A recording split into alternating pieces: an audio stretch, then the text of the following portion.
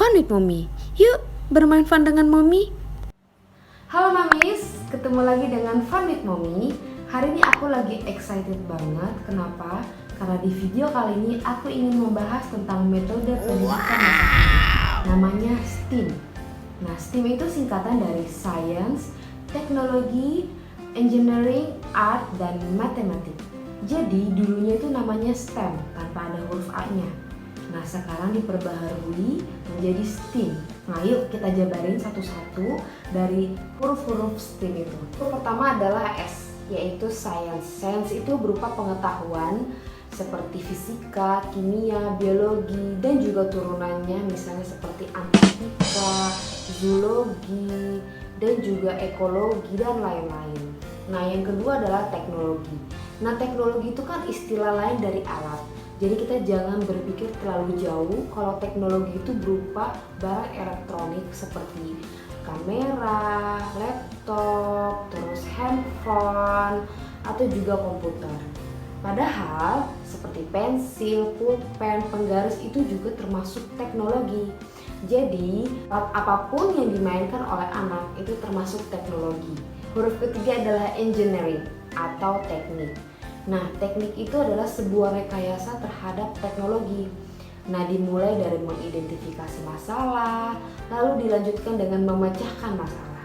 Nah, kalau diaplikasikan dengan anak kita, contohnya, anak tuh mulai berpikir mencari tahu gimana sih caranya membangun fondasi yang kuat agar bangunan dan Lego yang dia bangun itu bisa lebih tinggi. Nah, lalu ada art.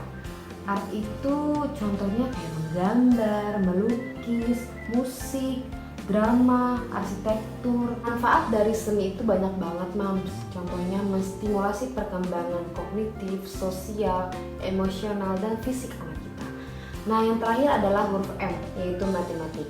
Nah, contohnya misalnya mengklasifikasikan objek dan contoh permainan matematika lainnya. Fokus tim ada di aspek kolaborasi, komunikasi, problem solving, berpikir kritis, dan kreativitas. Alih-alih hanya mengenalkan teknologi melalui gadget pada anak, metode STEAM sekaligus mengajarkan anak pada kelima fokus tersebut melalui metode belajar yang lebih menyenangkan ya Mam. Tapi sebelumnya kita harus bentuk dulu karakter anak kita. Karena dalam metode STEAM, anak didorong untuk berpikir kritis, logis, kolaborasi, sehingga akan tumbuh rasa ingin tahunya. Di dalam STEAM, anak itu sebagai pusat pembelajaran, guru atau orang tua sebagai fasilitator dan motivator. Pembelajaran STEAM pada anak usia dini harus disesuaikan dengan usia mereka. Misalnya, kalau dari segi sains, kita bisa membuat kegiatan sederhana dengan mengamati hewan di sekitar mereka, atau ajak anak memindahkan air dari satu wadah ke wadah lain yang berbeda. Nah, dari situ, anak udah belajar banyak lewat pengamatan, prediksi, dan perhitungan sederhana. STEAM dikemas dalam bentuk permainan menyenangkan bagi anak, namun memiliki nilai edukasi. Nah, tugas kita adalah membuat aktivitas bersama anak, apalagi di situasi pandemik yang di rumah aja. Salah satu perkenalan untuk prateka terhadap STEAM diaplikasikan lewat permainan Lego Duplo. Ini adalah permainan balok susun tematis. Tema seperti kontraktor, binatang laut, itu mengajak anak bermain sembari tanpa terasa belajar. Fokus pendidikan prateka adalah mengasah keterampilan konsep, belajar mengenal beragam kosakata, konsep berhitung, warna, angka, dan bentuk. Contohnya pengenalan warna dengan mencampur berbagai warna untuk mendapatkan satu warna tertentu. Yang bisa kita lakukan dalam metode STEAM yang pertama adalah amati. Ketika anak sudah mengumpulkan informasi, minta anak untuk menceritakan apa yang dia amati. Yang kedua adalah bertanya. Jika anak bertanya, kalau bisa kita jangan langsung menjawab ya Mam. Ajak anak untuk mencari jawabannya bersama. Yang ketiga adalah mengecek.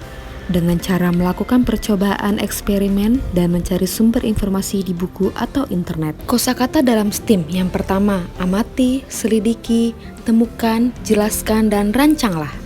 Lalu pecahkan masalah, rencanakan, diskusikan, bandingkan, dan gambarkan. Maksudnya ceritakan yang tergambar dari pemikiran anak.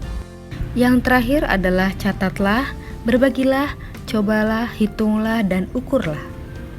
Misalnya dengan mendengar bunyi, Kita bisa melontarkan pertanyaan, apakah kamu pernah dengar bunyi ini? Gimana sih caranya supaya bendanya berbunyi? Dan gimana kalau kita bikin suara atau bunyi dengan anggota tubuh kita? Bisa juga dengan merakit roket sedotan. Kita bisa sodorin bahan mentahnya semua ke anak, lalu lontarkan pertanyaan, ini ada apa aja ya? Mau bikin apa ya kita? Sedotannya diapain ya? Terus kalau biar roketnya bisa terbang gimana caranya ya? Kalau bermain kertas origami, kita bertanya, kertasnya dilipat jadi apa ya? Loose part. Loose parts adalah barang bekas yang dapat dimanipulasi sebagai media belajar anak, yang memberikan nutrisi sensorial bagi otak anak, menjadikan anak imajinatif dan kreatif. Loose part ada di lingkungan sekitar, mudah didapat tanpa perlu membayar. Contohnya di dalam video ini, aku menggunakan pipa bekas untuk ukuran kecil dan sedang, dan tempat kok bulu tangkis bekas untuk ukuran besar. Nah, objeknya, pom-pom dimasukkan ke dalam pipa kecil, tutup botol dimasukkan ke dalam pipa sedang, dan tutup galon dimasukkan ke dalam tempat kok bulu tangkis. Nah, Mam bisa ajak anak bermain size sorting seperti ini. Hemat, cerdas, dan kreatif bukan? Manfaat dari permainan ini adalah melatih motorik halusnya dan mengenal ukuran kecil, sedang, dan besar. Permainan yang berjudul tiang sedotan ini juga bahannya gampang banget ya Mam. Cukup tutup galon dan play-doh, lidi, dan sedotan aja.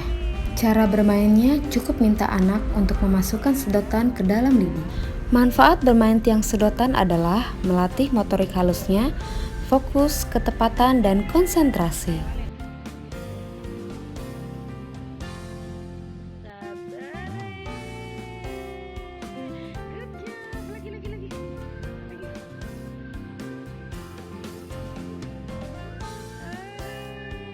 Oke, poin terakhir yaitu tips belajar berbasis tim adalah yang pertama, dorong anak untuk bertanya. Yang kedua, yuk terlibat dalam aktivitas anak. Yang ketiga, dorong anak menyelesaikan masalah. Yang keempat, ajarkan anak berpikir secara kreatif. Yang kelima, dorong anak mengeksplorasi sesuatu. Yang keenam, dilarang mendrill anak. Kenapa? Karena akan membuat anak jadi seorang penghafal ketimbang menumbuhkan kemampuan analisisnya. Yang ketujuh, belajar harus melatih seluruh inderanya. Bermain sambil belajar di taman atau halaman lebih baik ketimbang terus-menerus belajar di depan komputer yang hanya menekankan aspek visual saja. Oke Mams, sekian informasi tentang STEAM. Semoga Mams mendapatkan manfaat dari info-info yang sudah aku kasih. Karena aku yakin juga Mam bahwa STEAM itu mempunyai dampak yang begitu bagus, baik untuk pendidikan Indonesia, apalagi untuk mempersiapkan anak-anak kita menghadapi ekonomi global. Oke, yang ngerasa fun boleh di like, yang gak ngerasa fun juga boleh di dislike, dan kasih juga komen yang mau bahas tentang apa aja, bebas. Dan thank you sudah nonton sampai selesai. Thank you Mam.